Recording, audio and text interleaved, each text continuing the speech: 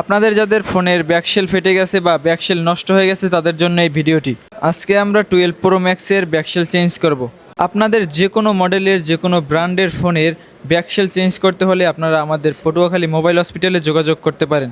প্রথমেই আমরা হটগানের মাধ্যমে হিট দিয়ে পেছনের ভাঙা ব্যাকশেলটি উঠিয়ে নিচ্ছি। ব্যাকশেল উঠাতে গেলে অবশ্যই আপনাদের চোখে গগজ পড়তে হবে, কেননা এগুলো কাচের হয়ে থাকে।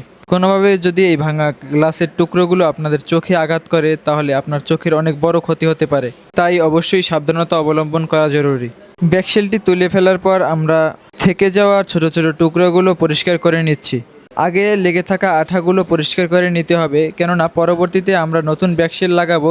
সবথেকে গুরুত্বপূর্ণ অংশ হচ্ছে ক্যামেরার এই পাশ থেকে গ্লাসগুলো ভাঙার জন্য একটি বিশেষ যন্ত্র ব্যবহার করছি।